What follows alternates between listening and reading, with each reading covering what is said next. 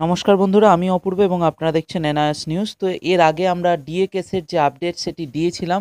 আমরা আগের ভিডিওতে জানিয়েছিলাম যে ডিএ মামলার আজকে অর্থাৎ 10ই এপ্রিল স্যাটে শুনানি ছিল। আপনারা জানেন এর আগে কি ঘটেছে। তো আজকে শুনানিতে কি হলো সেই বিষয়েই এই ভিডিওটি বানানো হয়েছে। তো আমাদের চ্যানেলে শিক্ষা সংক্রান্ত বিভিন্ন ভিডিওর আপডেট পাওয়া যায়। আপনারা যদি শিক্ষা সংক্রান্ত ভিডিওর আপডেট পেতে চান অবশ্যই আমাদের চ্যানেলটিকে সাবস্ক্রাইব করে নেবেন এবং তার পাশের বেল আইকনটিতে ক্লিক করে দেবেন। তাহলে যখনই কোনো নতুন ভিডিও আমরা দেব তার নোটিফিকেশান আপনি আপনার মোবাইলে পেয়ে যাবেন।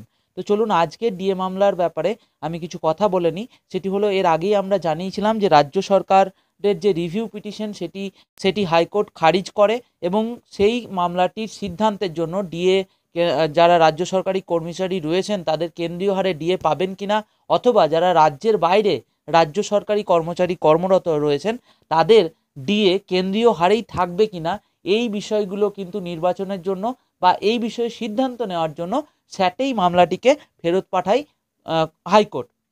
সেই জায়গায় দাঁড়িয়ে আজকে, এর আগে আপনারা জানেন, সেই জায়গায় দাঁড়িয়ে যে দুই পক্ষ অর্থাৎ রাজ্য সরকার এবং যারা রাজ্য সরকারি কর্মচারী রয়েছেন যারা এই মামলাটি করেছেন, তো সেই দুই পক্ষকেই কিন্তু হলফনামা জমা দেওয়ার কথা ছিল। দুই পক্ষই হলফনামাও জমা দিয়ে দিয়েছেন অলরেডি, আপনারা সেটিও জানেন।